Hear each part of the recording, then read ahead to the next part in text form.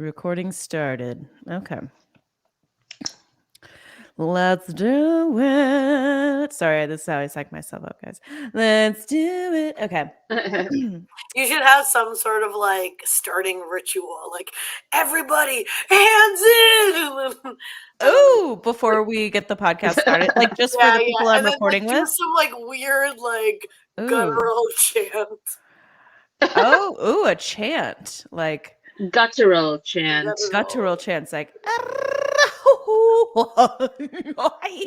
Roche, what are you looking at down there? Are you? Nothing. She's board game designing. She's board game designing. Babe, are you gonna board game design through the whole podcast? This is, you guys are just small chatting. I can't carry us. I'm not. I told you. All right, we're recording, so I'm gonna get us started. All right, go for it. Coming to you from my basement in beautiful Chicago, I am your host, Amanda Costner. This is LesCast, and we are recapping Season 1, Episode 5 of Amazon Prime's A League of Their Own. Nobody tell Shirley about this podcast. It's really queer, okay? Of course, I can't do this on my own.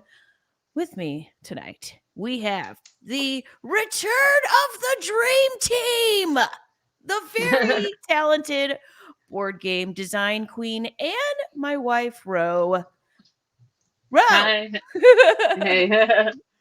And we are also joined by the amazing and talented board game winner, Queen Nika.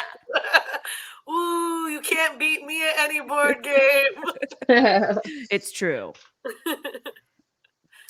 Ro, we heard from you a bit about how you were finding the series in the episode 1 recap we did. Nika, how have you been finding the show up to this point? You know what? I know I'm coming on. Everybody's like, she's gonna hate this show also. Hater! But I find this show really good, kind of refreshing, super binge worthy. Like it doesn't really leave on like a cliffhanger per se, but it always leaves me wanting to watch the next episode. Well said. Well, the last episode I thought was a literal cliffhanger. Episode 4, coming into this, we just pick right up in the middle of the scene with Max and Carson. Mm-hmm. So, I mean, let's jump to it then. Speaking of, like I said, we pick up right where we left off from episode 4 with Max and Carson, and they go back to a place Max played ball at where she was a kid. She tells Carson she needs to hit off of her. Did you notice that smile Max gives after her first pitch? She's like, ooh, okay, I still got it. Yeah, I think it was a little bit of a confidence boost in the last episode. Her confidence got destroyed. She thought she was a good player, and not to say that she isn't, but choking up there on the mound, can't be good for a woman who's told that she's not good enough to play with the men, right?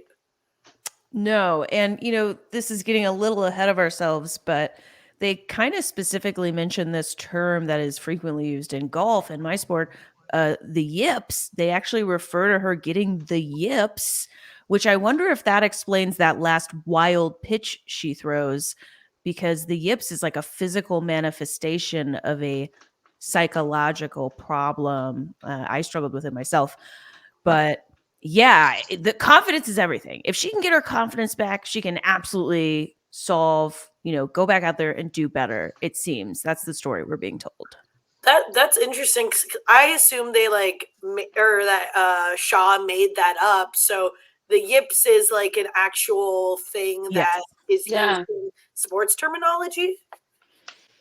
Yeah. It is. And Ro, do you know something about that? Yeah. Actually, I do. Because it's actually just as Amanda said, it's kind of so connected weird to have you say Amanda and not my wife or baby. Be a professional, guys. It's as Amanda said, it's kind of a mind body connection thing where but it's also like a neurological thing. And I only know this because I work in the medical field, but yeah, the yips is actually a form of dystonia. So dystonia is kind of like an uncontrolled muscle spasm that you can't volitionally control, or you can kind of volitionally override it, but yeah, That's so essentially what it is. For me, it was a spasm in my wrist. yeah. So right before impact Yeah. with the ball, if your wrist changes, whatever you're doing, whether you're throwing a ball, whether you're like me holding a club, whether you're maybe a gymnast who's about to, land on a set of bars, if your wrist physically moves, that is going to F you in the B. Yeah.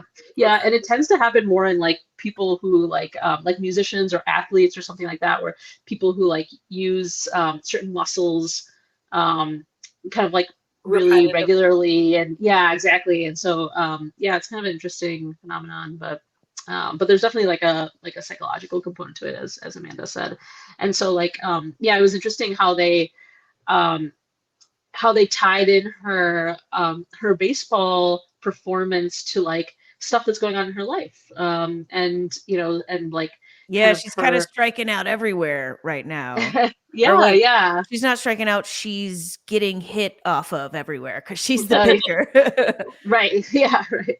And like her relationship with her mom, and things of that nature, and like how those things are tied together. I thought that was interesting how they portrayed that, because she could like hear her mom's voice in her head, or they kind of implied that or something like that, which is interesting. Yeah. Yeah. But then Max learns it's not impossible for Carson to hit her pitches, and Max is like fuming, even though Carson winds up impressed. Max is like initially going to give up baseball. She's so disappointed Carson can hit off of her pitches. Yeah, Carson kind of, or not Carson, sorry, Max throughout this episode kind of has like a journey that she's going on. I feel like this episode was really like Max's episode. It starts off pretty low. She just lost this big opportunity. Like Ro, explained, she has the yips, so she has this psychological issue going on with her. You know, there's a lot of like pressure on her. So I think because she's not performing the way she wants to be or expects to be, it's easy to give up. So I hope the next episode we really see her like push through and persevere, because she is a talented player. She just has to unfortunately try harder because of her gender, her skin color, to get the opportunities that would be handed to her if she was a white man, right? Right. She has to work like 3 times as hard. Yeah. Well, when we see Max Some things never change. Just kidding. And I think I heard my cat Stinky-Ninja in the background meowing a little amen there. Yeah. Misa was also meowing amen. Well, we see Max and Clance together at the factory, and they do this really cute thing where they're sort of commiserating with each other. Listeners, my wife has placed my cat directly in front of the camera. She jumped. I didn't place her. Okay, all right. This is out of control. The dream team is out of control. But anyways, so Max and Clance are commiserating, and they do this funny thing where Max was like, I blew my tryout, but I'm fine. Have you ever done that? Scene was so funny. Yeah, that was such a funny scene. Because I feel. Oh, sorry. Go ahead. Well, I was just saying, I feel like we've all been there. Like we're like just trying to make ourselves feel better after a crappy situation, or when you're having a bad day and you're just like Oh, psyching yourself out, but like it's very obvious that like you You're don't kind of going feel crazy. better. You're Yeah, like, it's fine. It's the burning exactly. on fire, everything's fine meme. Yeah, and absolutely. I love how they're like, yeah, it's all right, it's all right. But then, like, from outside, everybody's coming in and reminding them of the terrible things. Like, I specifically took a note of the nonsense that Cheryl said. She goes, I've heard terrible things, not just about the war, but discrimination, dangerous jobs, less training. I'm like, bitch, shut your mouth, Cheryl. Why would you say that to a wife whose husband just left her? And I So feel like the show needed that levity. Like it was a good like balance to like because I'm so glad that they're addressing like a lot of like serious issues in the show, but realistic Yeah. situations in the show. But then like it was nice. It's also nice to have a little bit of levity, um, you know, even as you're still reeling from like the some crazy balls the levity. injustice and the Nika, yeah, was exactly. that quote from, or sorry, Nika, was that quote from when the lady is like, the woman just comes up that we're not as familiar with comes up to her in the factory and is like insensitively like, Yes. Yeah. oh, heard your husband's drafted. Yeah, your husband's drafted. Oh, I've heard all these terrible things. Yeah, that's exactly Okay, that's what right. it was. Okay. And I was like, her name is Cheryl. I took a note of it because I wasn't going to remember otherwise. She's so unimportant. But I was like, Cheryl? Like, Come on, Anyone's Cheryl. name that starts with a sh in this episode, they are not good. no, Kind absolutely of a not. But B. like, I don't know. It was kind of. You're right, Ro. Like this scene needed that, but it was also just like have some sensitivity. Like, like Yeah. know your place and know when to not talk. Well, they got their revenge by eating everybody's lunch afterwards. So Yeah, I wish that was me at work. I wish I could eat everybody's food. But honestly, if I were to do that at work, it would be a lot of like meat and potatoes. I was gonna say, Okay, I feel like the Nika, people but I've worked with do not bring stuff I want to eat. but You know like what? Nika, What I about feel like I could. I feel like you probably have done that though. Like I feel like I could just like see you. Me? No, Nika. Oh, I was gonna say one of my coworkers brought some really good pulled pork he shared with, but then yeah, everybody else just like eats the blandest looking food. yeah, the people I used to eat lunch next to, they were bringing like 3-day-old potato salad. I Yeah, don't want that. yeah, absolutely. A lean cuisine. I don't I want think that. they see my lunch and they're like, "Ooh, that smells good. What is that?" I'm like, "It's called flavor. Please take a walk." Oh, Oh, do these white people ask what that is? yeah, they're like, "Oh, what's that?" I only know salt and pepper. I'm like, "Please, you're offending me." Was anyone else getting flirty vibes at first between Max and Gracie? I know that's not how it turns out, but Gracie is her friend, right? Birdie is Max's mom's sibling, Birdie. Yeah. Learn that in Oh, this episode.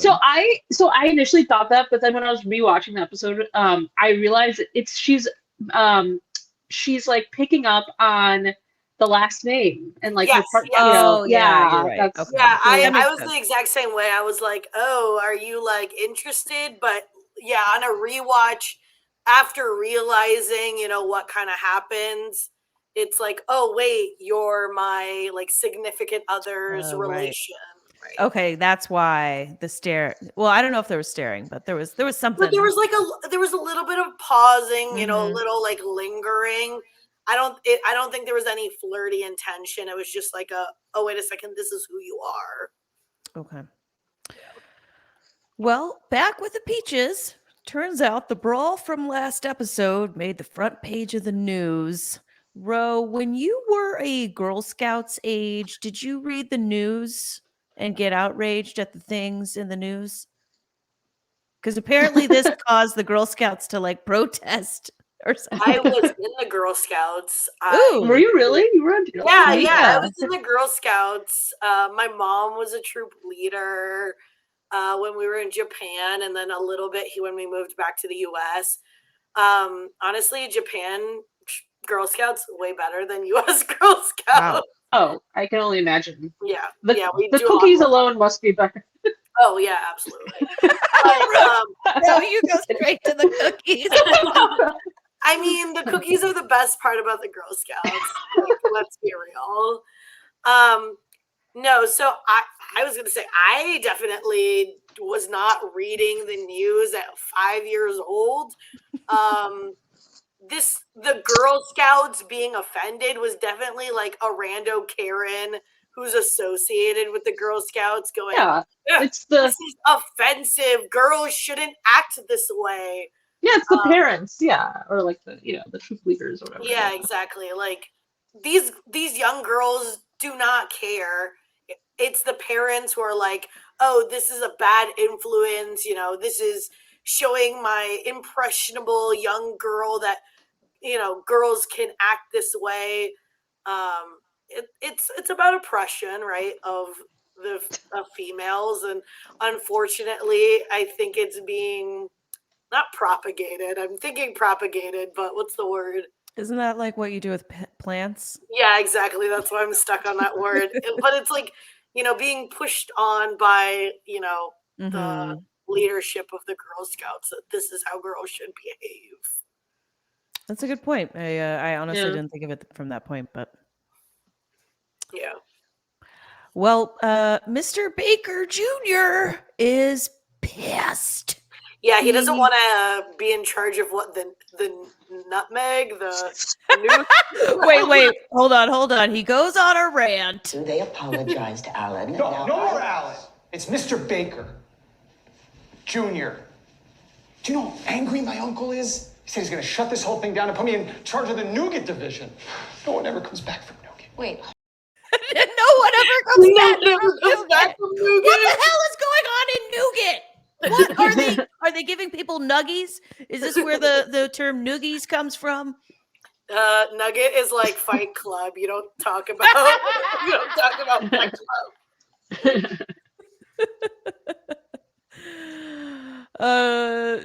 Baker Jr. decides Carson is going to be the new coach of the team. The girls are all pissed at Lupe for starting the brawl at the game. Mm-hmm.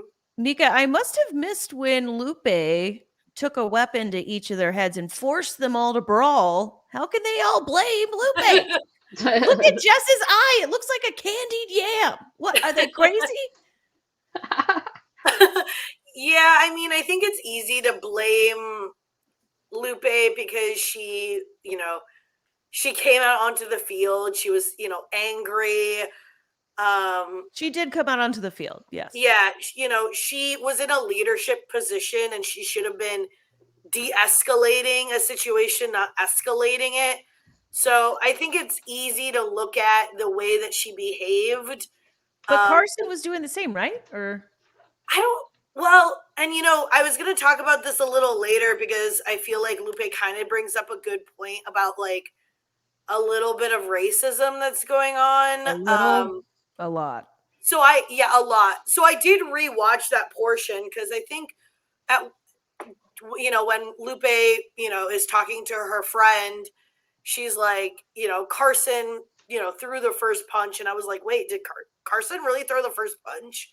So I think Carson had grabbed her hand while Lupe was like, or her arm while Lupe was like walking away, being like, I'm gonna go out and pitch. Carson was worried, right? Lupe is injured.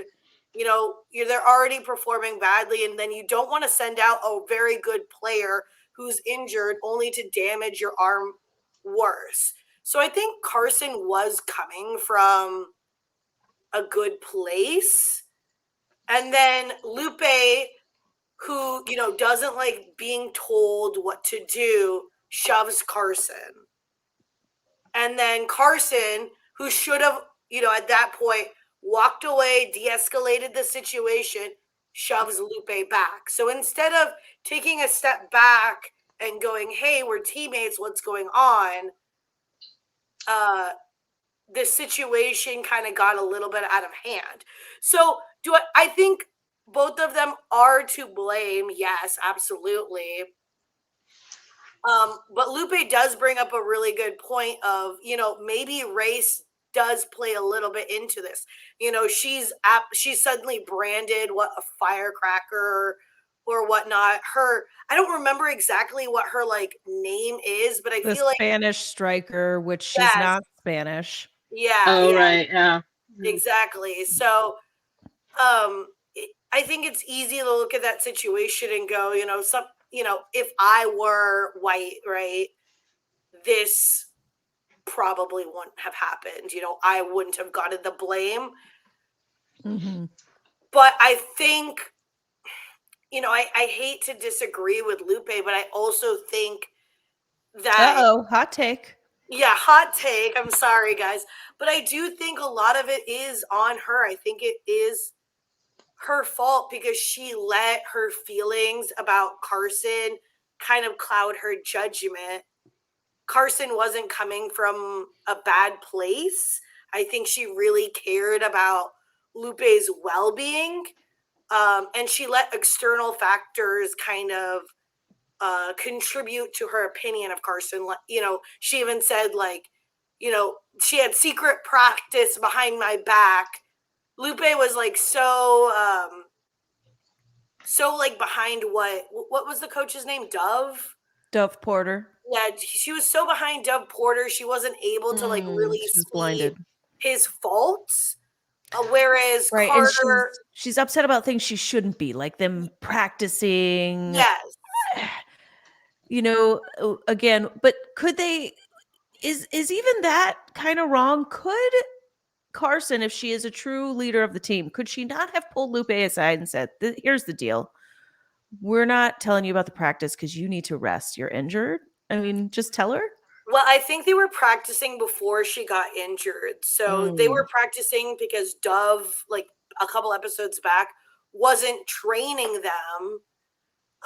And so they wanted, or no, what? Not And wasn't maybe training Lupe them. It would wasn't. betray them to Dove about the Yeah, practices. yeah, and then she like kind of like Dove more, so they didn't want you know her to That makes tell sense. Dove that, oh, these girls are going out and practicing behind your back.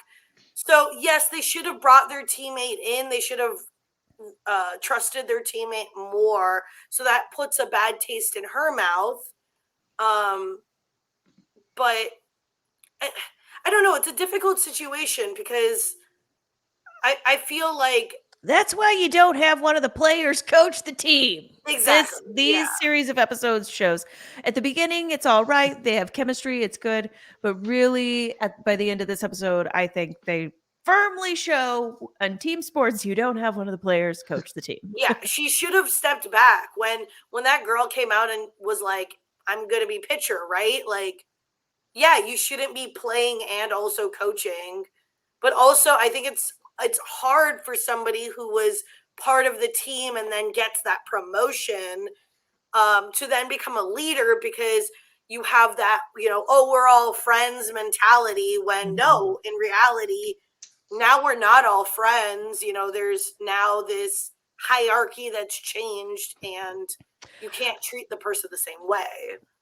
I want to move on from this eventually, but I will say I thought it made sense for Lupe to be the one who steps up since she's the one who's injured. Yeah. Yeah, and that could also be one of the reasons that she's upset. She's already benched. Why wouldn't she be the coach?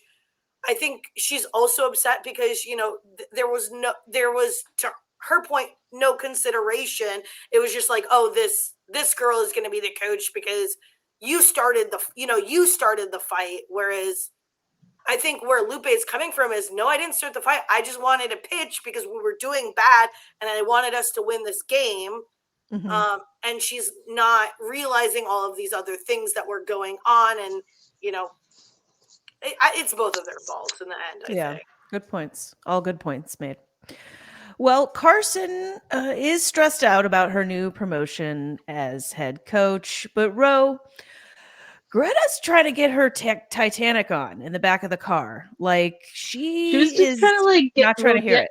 She was just trying to like relax her a bit, you know. She can sense that she's very tense and stressed Relax? Is out, that and how so you she's like, relax, baby? let's unwind a bit. With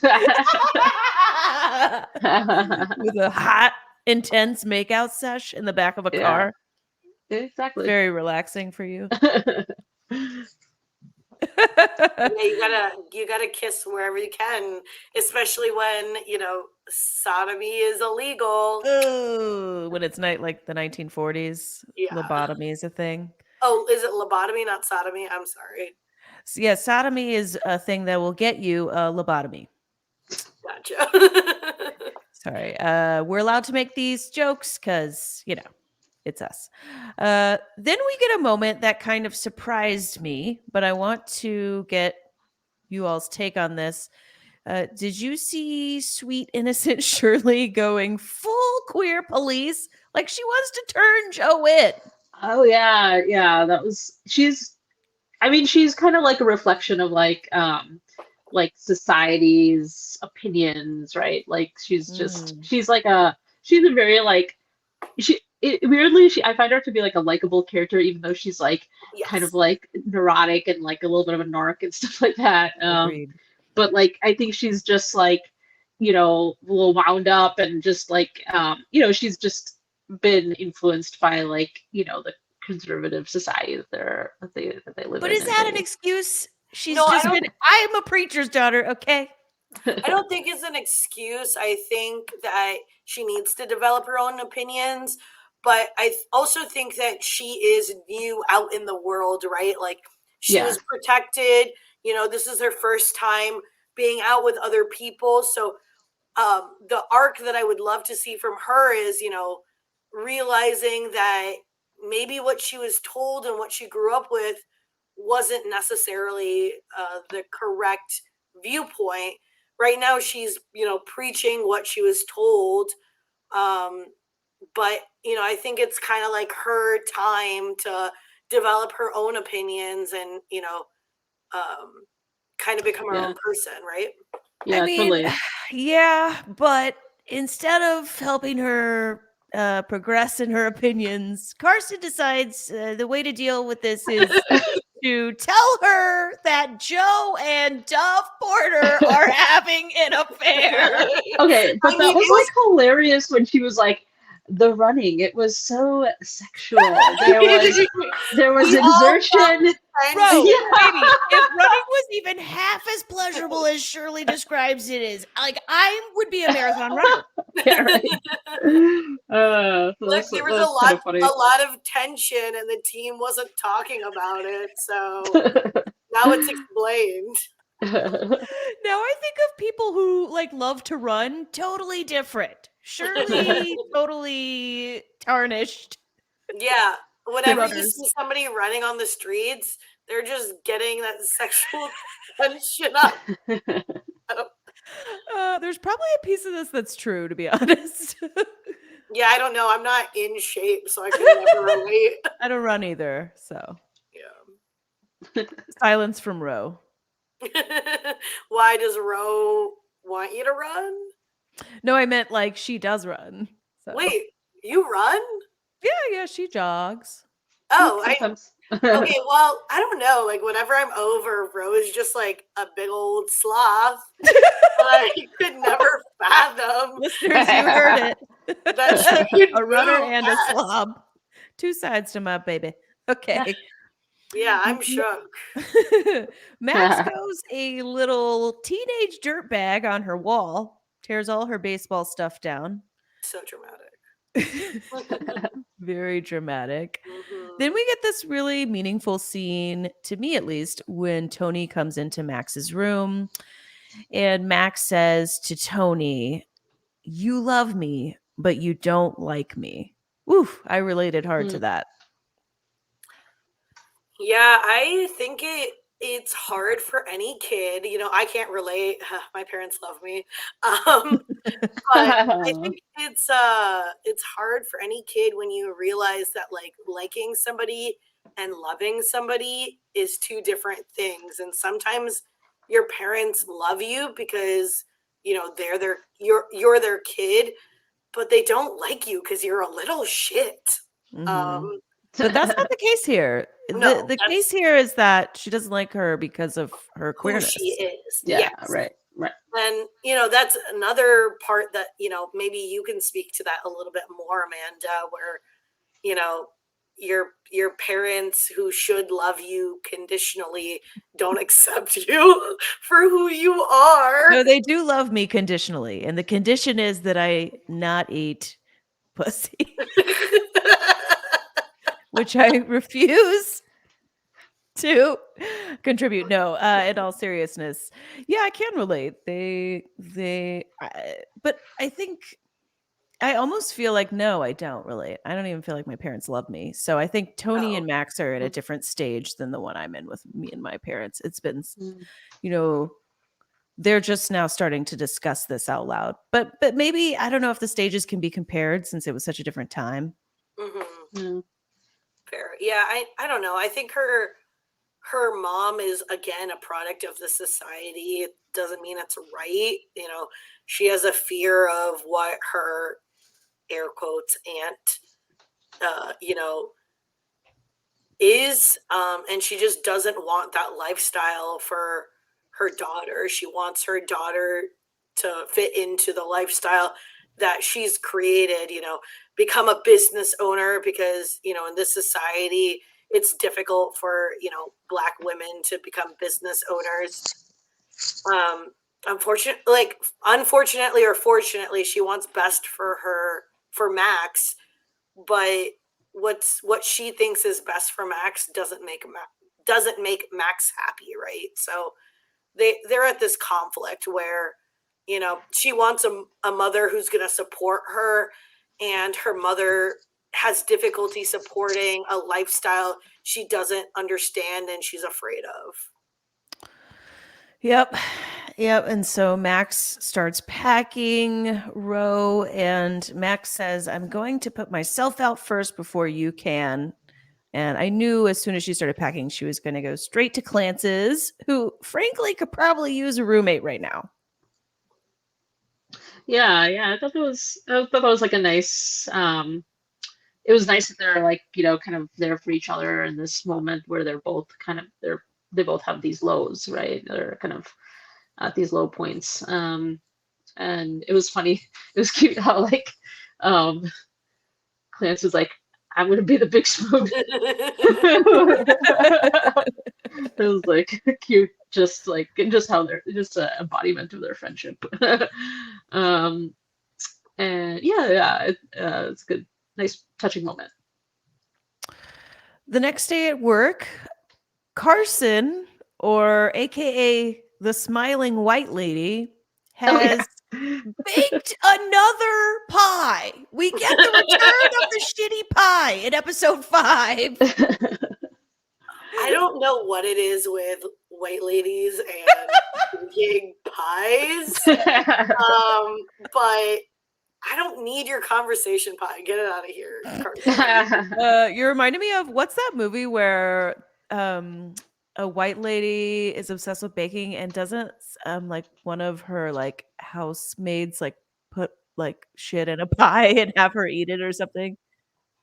It sounds vaguely familiar, but I also don't consume a lot of movies, so I don't know what you're talking about. All right. Insert movie here. Well, turns out Carson would like to pay off Max to not turn her in. I guess Shirley really spooked her with the "let's turn the homos into the police" campaign. Yeah, in a society where you can be locked up for who you love, I don't blame her for being scared. Not a bad idea.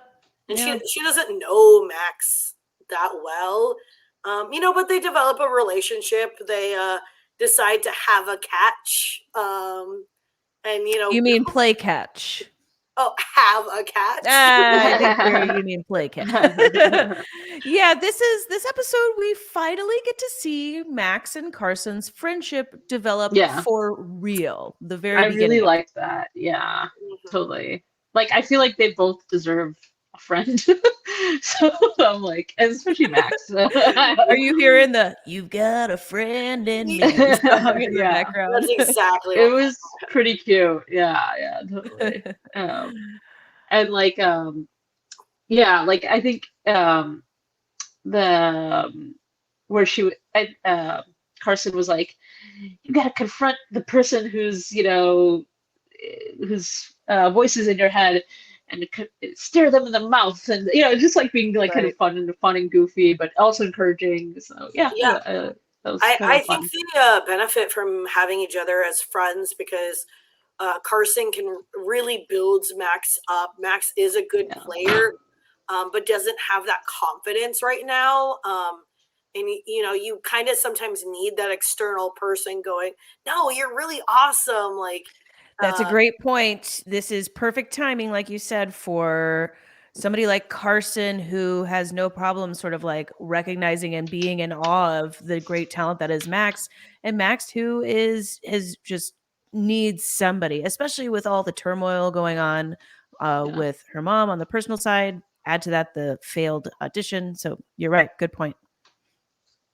Mhm.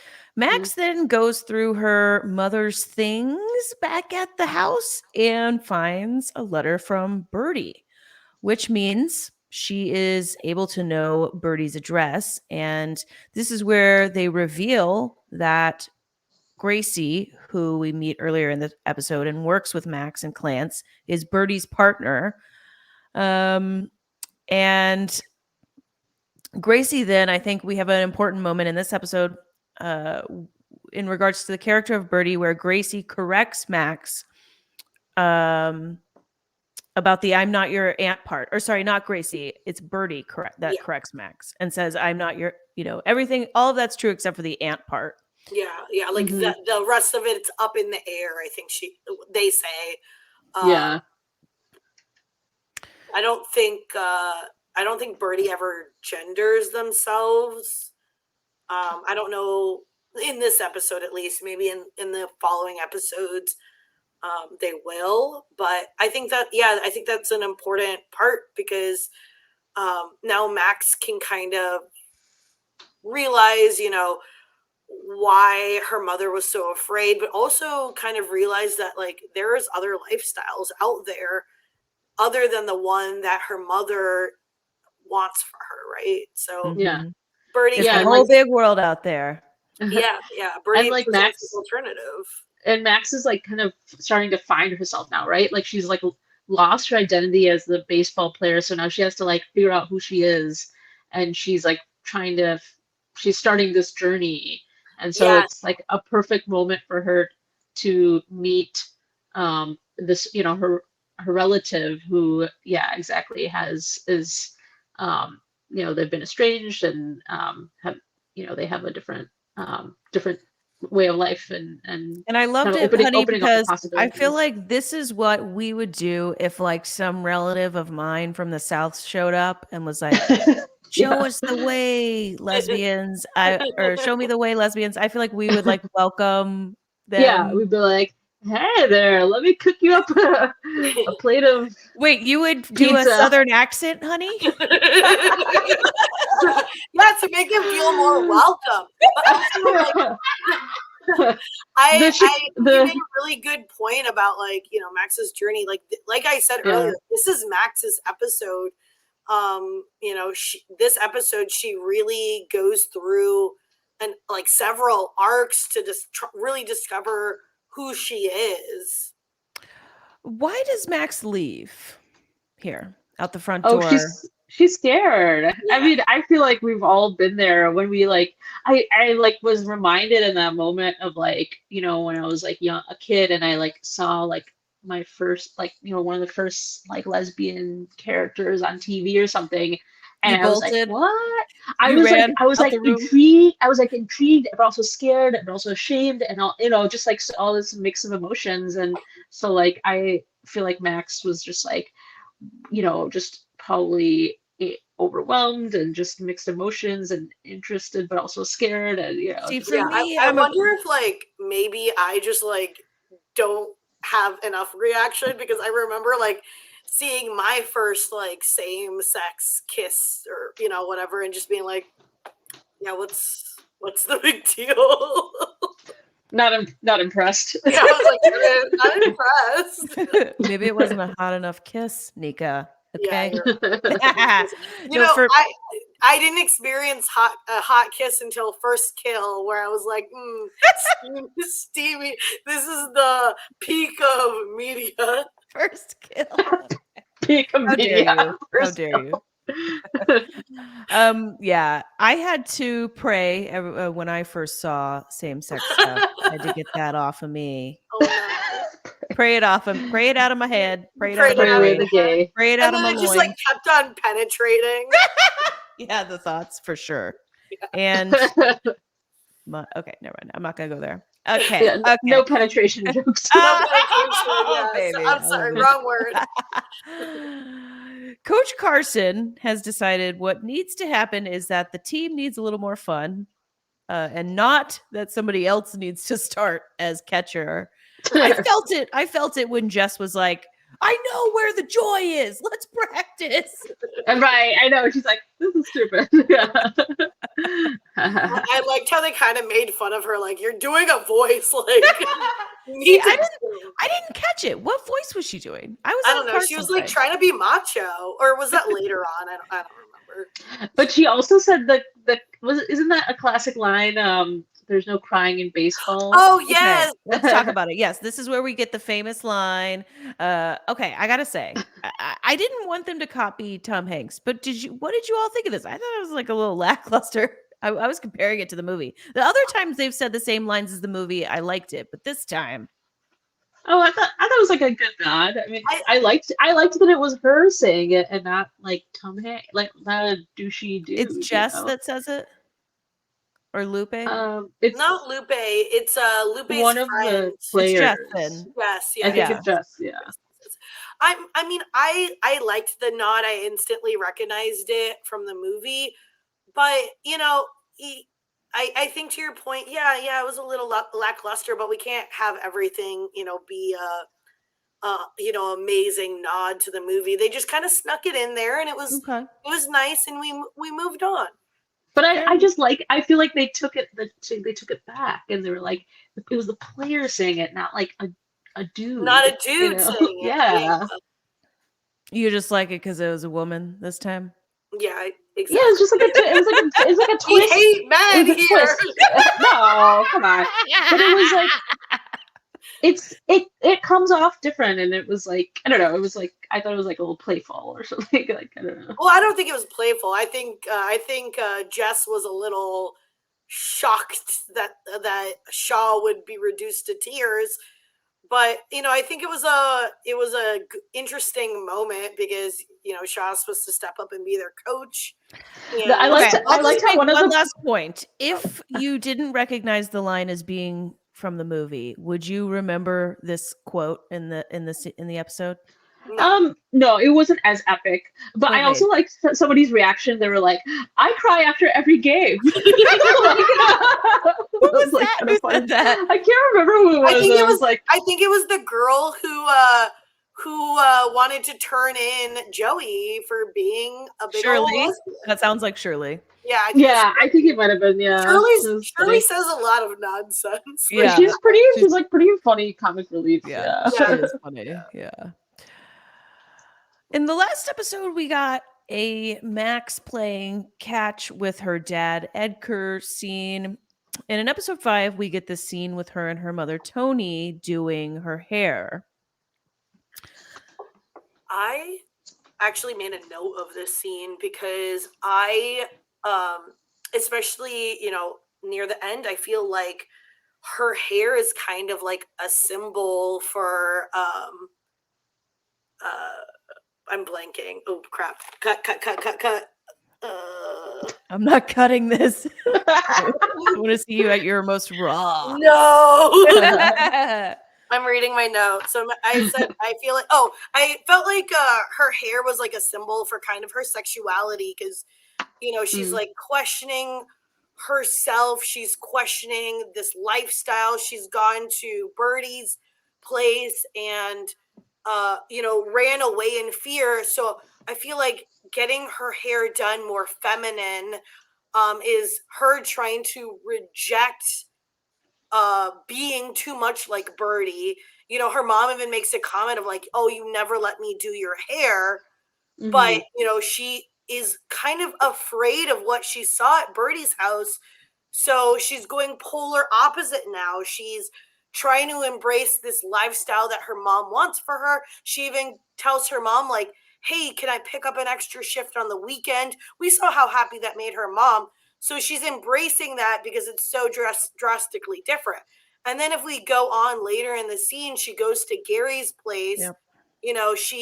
She's trying to prove how straight she is to herself. Exactly. Yeah, so which so straight staring at baseball posters while you're having But- relations with somebody. I'm curious if like you guys could relate to that, like when you first started realizing maybe you like women, did you like reject that thought and you're like, no, I just like need a good old dick and that'll cure me? Or I don't know. No, definitely did not have that thought. I but did. Yeah, see, Amanda did. Go Okay. ahead, Ro. Well, I was gonna say like it was never. I guess I can relate to the feeling of wanting to feel like you fit in, or wanting to like the fear of like doing something that's like taboo or whatever, and like trying to fit in. So I can relate to that feeling, but I certainly never acted on it. Like You never had like- revenge sex with a man? yeah, or Sorry, or this a got revenge personal. or a Not revenge that really haircut. nigga for why? So yeah, so like I think I can relate, but I can relate to that feeling. But I yeah, what do you think, Amanda? Oh, I absolutely would. And I was gonna say, these poor guys that I tried to use to prove to myself I was straight, and poor Gary, it's the same thing. Um, yeah, I did the same thing. I went on dates with guys. I didn't sleep with any guys to prove to myself, but I Not that got you pretty admit in close. front of your wife. Sorry. Sorry, continue. No, but I got pretty close, and I relate a lot. I think a lot. One of the things this show is nailing is all the different queer experiences, and we're going to see later in this episode where Carson and Max sit down and essentially, kind of to me, what I see as have a conversation of where Max is like, oh, how do you do that? How do you sleep with a man? Relating back to how she felt after Gary or with Gary. And Carson's like, can't relate. There was good stuff about it too. And I saw that as like, I think Carson's bi. And so one of the great things about this show is that so many people can relate to it from so many different aspects and so many different characters and so many different storylines. And they're kind of nailing it. I have a feeling the writer's room is probably all queer.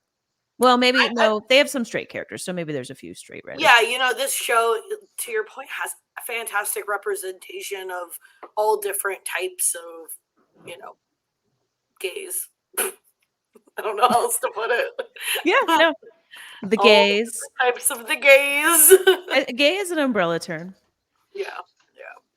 Are we skipping forward to that scene because I have like a point to make, or are we going backwards? Let's see. That was like hard to watch. Which scene? Oh, the sex scene. Yeah. Oh yeah, I was done with the sex scene, but did you, Ro? You thought it was hard to watch? Mm-hmm. I kind of tend to agree. I think it's probably a lesbian thing. What did you think of the sex scene, or do you felt have any very thoughts on it? unnatural? No, it was. I think that was the point, though. Like it was an Yeah. uncomfortable scene to watch because Max was uncomfortable. She was Yeah. trying this thing out. She was trying to embrace the more feminine side of her.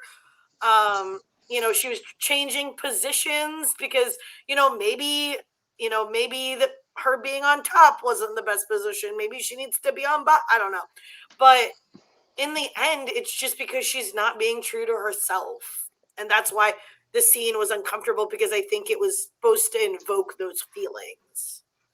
Yeah. Good point, and it succeeded. Yeah. Yeah.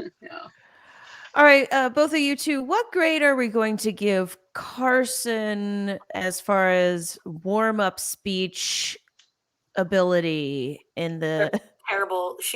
That country girl cannot give a speech. She's not even a Life. farmer. That's what she says, but I haven't seen anything to prove it. So Was the this country girl like to me. this is a train wreck, right? Is she the Michael Scott of pregame speeches? Yeah. Oh, maybe. Yeah. She's so bad, Lupe won't even play. Lupe's been wanting to play for like 3 episodes, and now, out of spite, she's not going to play.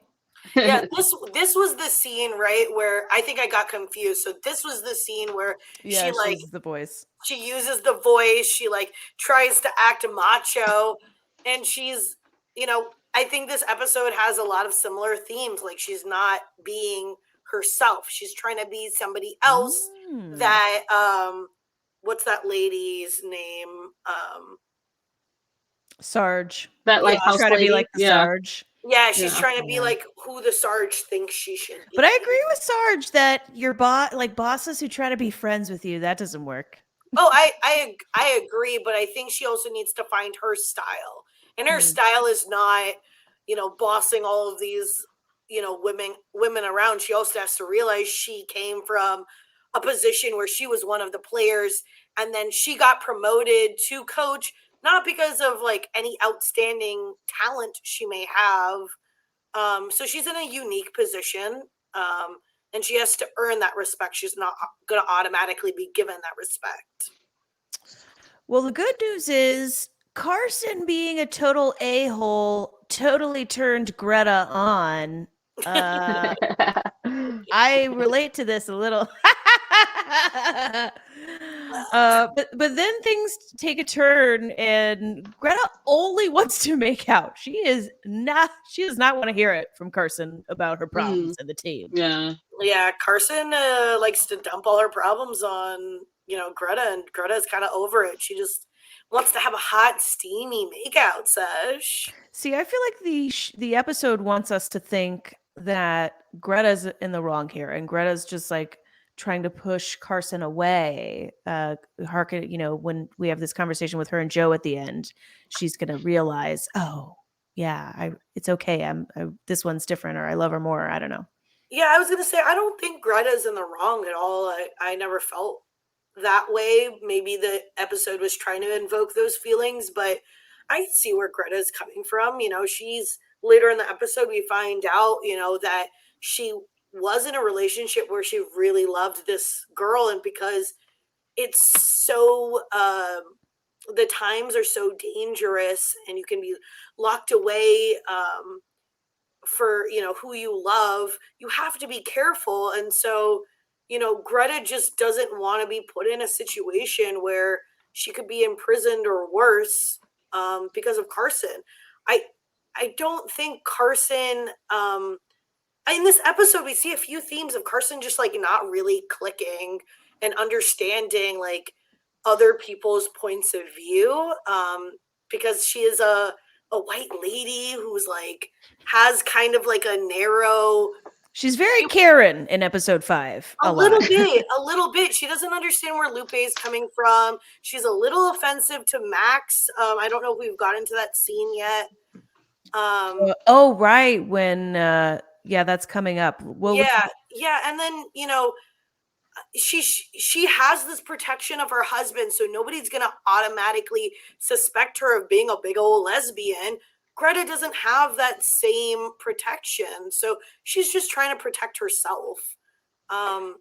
So I understand. Jump into that scene you referenced with Max and Carson, where I at the beginning I said, I thought it was a scene of the show is kind of telling us, or the characters are telling us that like Max is gay, Carson is bi. Here are their perspectives.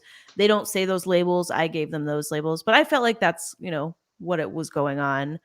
But then the scene goes on, and it's almost like, do you think Carson was using Max, or is she just being an ignorant Karen?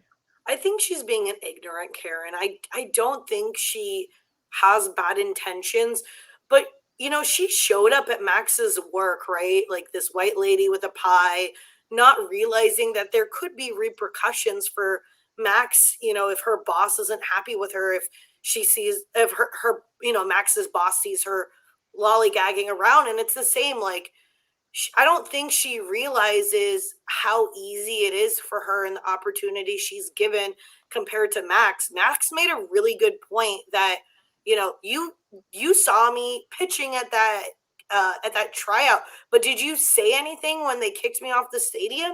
No, all she said was, "Oh, that's a really good pitch." And when they kicked her out, she didn't speak up.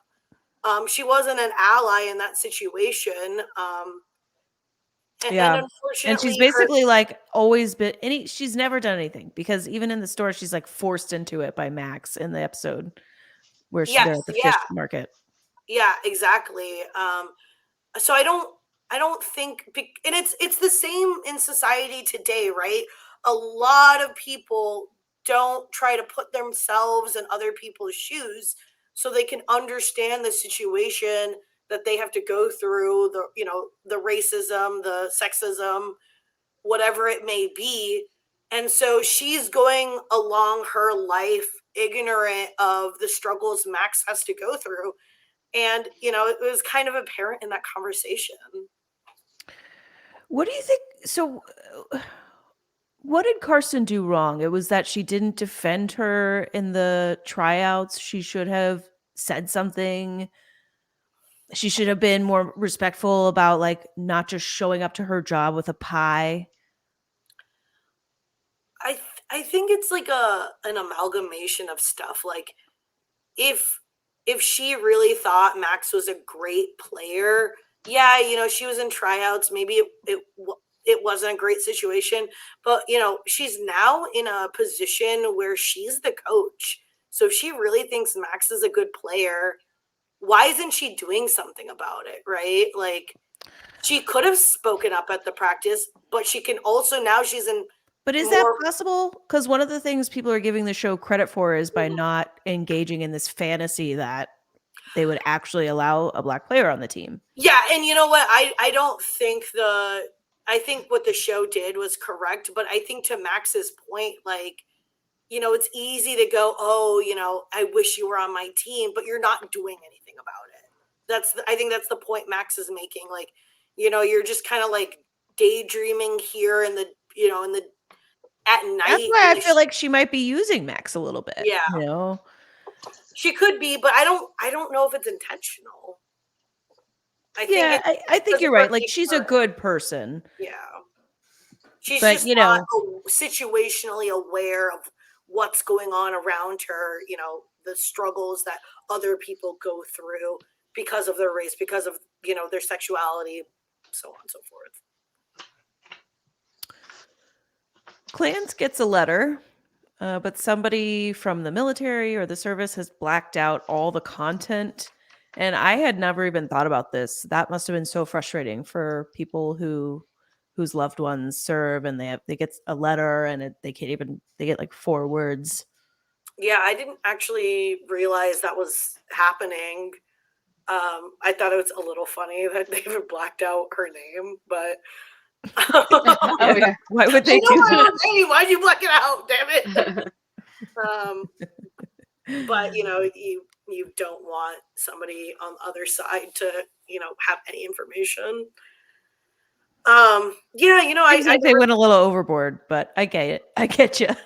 Yeah, it's I'm an important wondering though, like, what the difference, not to bring race into everything, but like, I'm wondering what the difference is between like a white soldier versus a black soldier, if it was trying to portray something like that.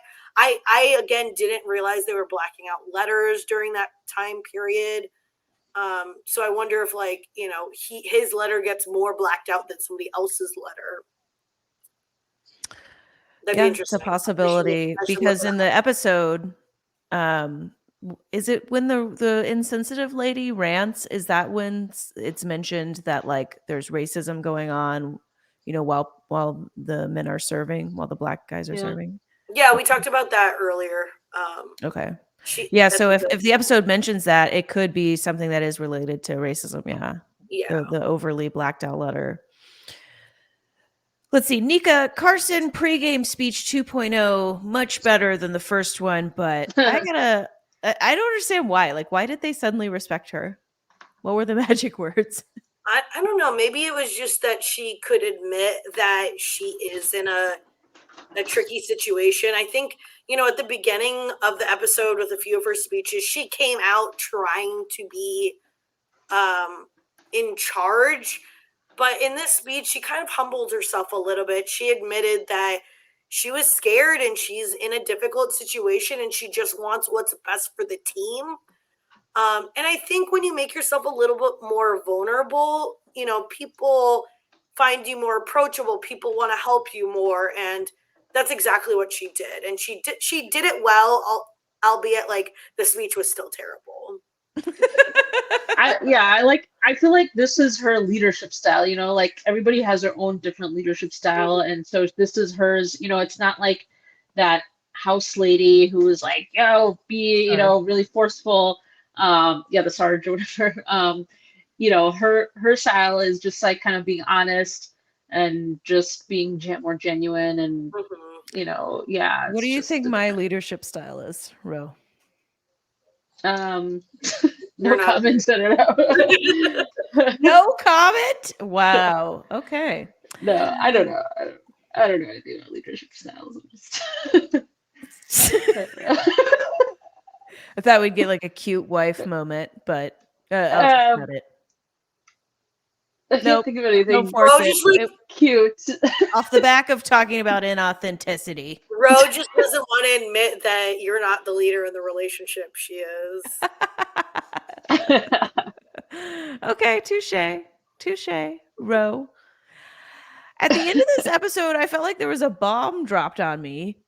I thought Lupe had given up Dove's forkball a long time ago. All this time, she's still throwing the injury ball. Yeah. What is going on here?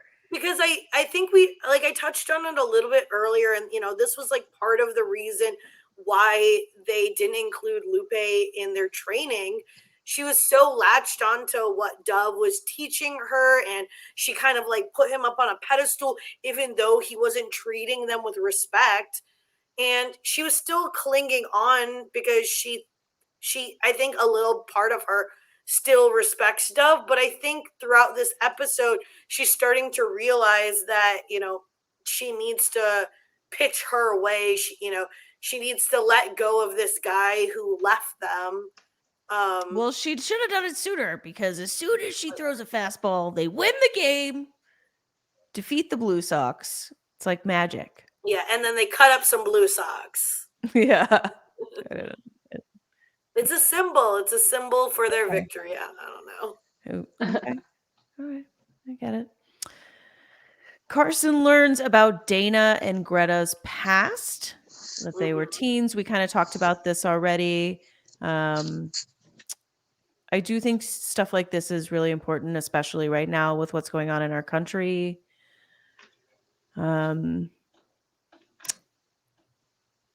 And then at the end of the episode, Max goes back to Birdie and Gracie's, and Birdie cuts Max's hair. And it's this really beautiful moment. And we end the episode with Max closing her eyes. Yeah, that's why I said that I feel like Max's hair is kind of a symbol throughout this episode of like her journey and a little bit of her sexuality and coming into terms with herself, because she tried having that relationship with Gary, realized that being her unauthentic self is not going to make her happy, and then finally decides to embrace who she is via going to Birdie and getting this transitional haircut, right?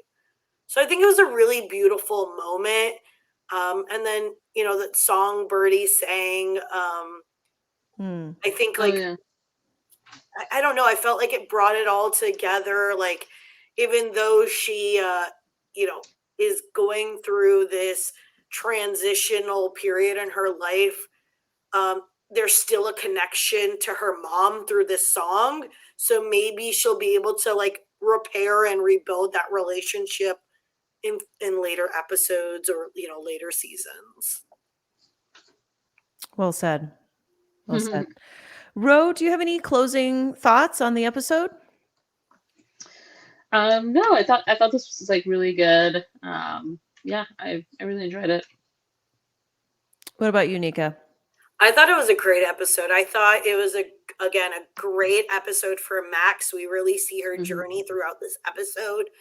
We see Shaw, Carson, whatever, kind of come into her leadership style. Greta opens up about some of the trauma in her past, and hopefully they're able to move forward with their relationship. I would say I'm rooting for them, but also like I really feel bad for her husband away at war. Carson's husband. Have we forgotten? Oh, damn. I flat forgot about Charlie. Oh, Yeah. no, Charlie. Oh, but I have nothing against Charlie, but I forgot about Charlie. Yeah, I mean, nothing against him. We don't know him.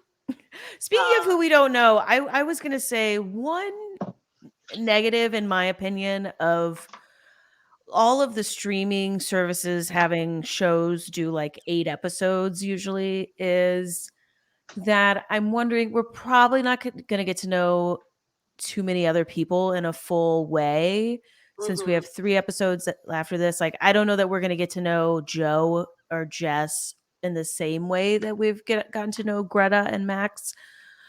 So maybe if the season was longer, what do you two think? Would you be more in favor for a longer season so we could get to know them, or are you like, hey, we can't have an in-depth episode for every single character? So Some people can be side characters. I kind of said this earlier that I don't consume a lot of movies, and the reason is I feel like movies are a little more shallow in the sense that we never get like in-depth character development, which is why I really love television and I consume a lot of television. I think that the shift towards streaming platforms with the shorter episodes kind of does shows like this a disservice, because when we have those longer seasons, we get to know a bunch of characters. But I think there's also pros and cons, right? So when we have the shorter seasons, it's a lot tighter. There's no room for like fluff. So we get like rich storytelling because they have to do it in such a condensed period of time. So in the instance of this show, I think they've used their 5 episodes that we've seen so far really well. We can get shows like First Kill where they do an absolutely terrible job of utilizing their episodes. Get the First Kill hate in there, didn't you, Nika? Yeah, absolutely. I always have to.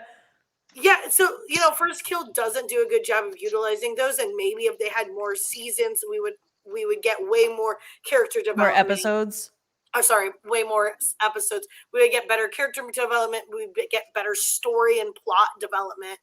But this show, I think, does a really good job of giving us an enriched world, and the characters that we've gotten to know have been really good. And I almost wonder if we had a longer season where we could get more backstory of other characters, it would just kind of be like more static, right? Like, do we really need to know Joey's background? I mean, the phrase "why are you complaining" just came to my head for myself. Obviously I love the show. You said at the beginning of this recap you love the show. I think, Ro, do you love the show?